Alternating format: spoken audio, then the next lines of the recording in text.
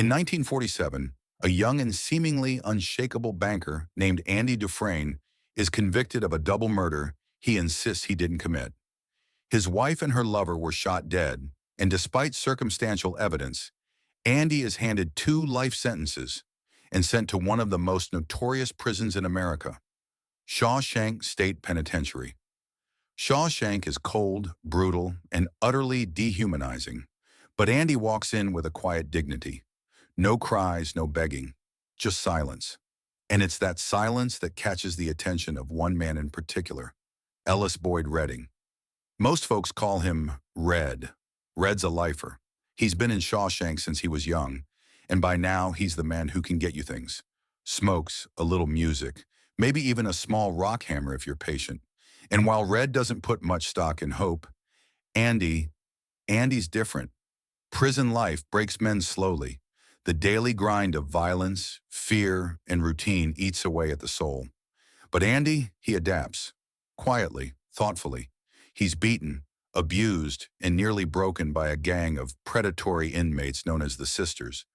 But he endures it all, never losing that quiet sense of purpose. It's during these dark months that Andy makes his first real move. He asks Red for a small rock hammer. Just a tool to carve and polish stones, he says. Red thinks it's innocent enough, though it takes him weeks to get it. Time passes, seasons change, and Andy finds a sliver of peace in knowledge. He starts carving chess pieces, talking geology, and helping other inmates with their GEDs. Then one day, he overhears a guard complaining about a financial issue. Here's where things shift. Andy, once a banker, uses his financial acumen to offer advice. Not for freedom, not for favors, but just to be treated like a man. The guard's intrigued, and suddenly Andy's doing taxes for half the staff. He becomes valuable, protected, and most importantly, respected.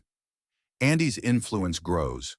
When the old prison librarian Brooks is paroled after decades, we see what the system really does to a man. Brooks, terrified of the outside world, crumbles. The walls that once kept him locked in now hold up his entire reality. Brooks' tragic end hits Andy hard. He doubles down on building something better, not just for himself, but for the others too. He writes letters to the state over and over, asking for funds to expand the prison library. Years pass, and eventually the state gives in, not out of compassion, but just to get him to stop writing. A miracle in itself. Books arrive, music too. And one day Andy locks himself in the warden's office, plays a Mozart record over the prison speakers, just to remind the men what it feels like to be free. But not all is poetry in Mozart. The warden, a strict man with a Bible in one hand and corruption in the other, sees Andy's brilliance and makes him a crucial piece in his money laundering operation. Andy creates an entirely fake identity, on paper. A ghost with a social security number, bank accounts, and signatures. The perfect front for the warden's dirty cash. And Andy? He complies. Carefully. But this isn't obedience. It's calculation. Years later, a young inmate named Tommy arrives, cocky, fast-talking, but genuine. He hits it off with Red and Andy. They help him study for his high school exams, mentor him. But one night, Tommy reveals something that shakes Andy to the core. A story about a man he met in another prison who bragged about committing a double murder. The very one Andy was convicted for. Andy pleads with the warden to reopen his case, but the warden refuses. Not because he doubts Tommy's story, but because Andy is too valuable to lose.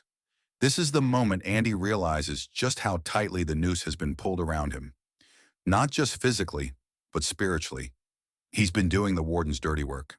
And now that he's asking questions, he's punished. Solitary confinement. For months. When Andy comes out, he's thinner, quieter, but not broken. Not yet. He speaks with Red in hushed tones, about hope, about life beyond the walls, about a small town in Mexico called Zihuatanejo. Red scoffs. Hope, he says, is a dangerous thing, but Andy insists it's the one thing they have, the one thing they must hold on to. He gives Red cryptic instructions about a field in Buxton, under an old oak tree. Says if Red ever gets out, he should go there, just in case. And then, one morning Andy isn't in his cell. The guards panic. A search begins. Chaos spreads. But we won't go into that. Instead, we'll sit with Red, the man who once believed hope was a fool's game. Now staring at an empty cell, a storm of questions in his mind. What happened to Andy Dufresne? What does freedom look like for a man who never gave up? Shawshank was a place of silence, of violence, and of loss. But in the midst of all that, one man carved out something different, not just with a rock hammer or books or tax forms, but with resilience and a dream. This has been the story of a man wrongfully imprisoned, who never stopped believing that the walls around him weren't forever. And somewhere, beyond those gray walls, lies a beach, a boat, and maybe the rest of the story.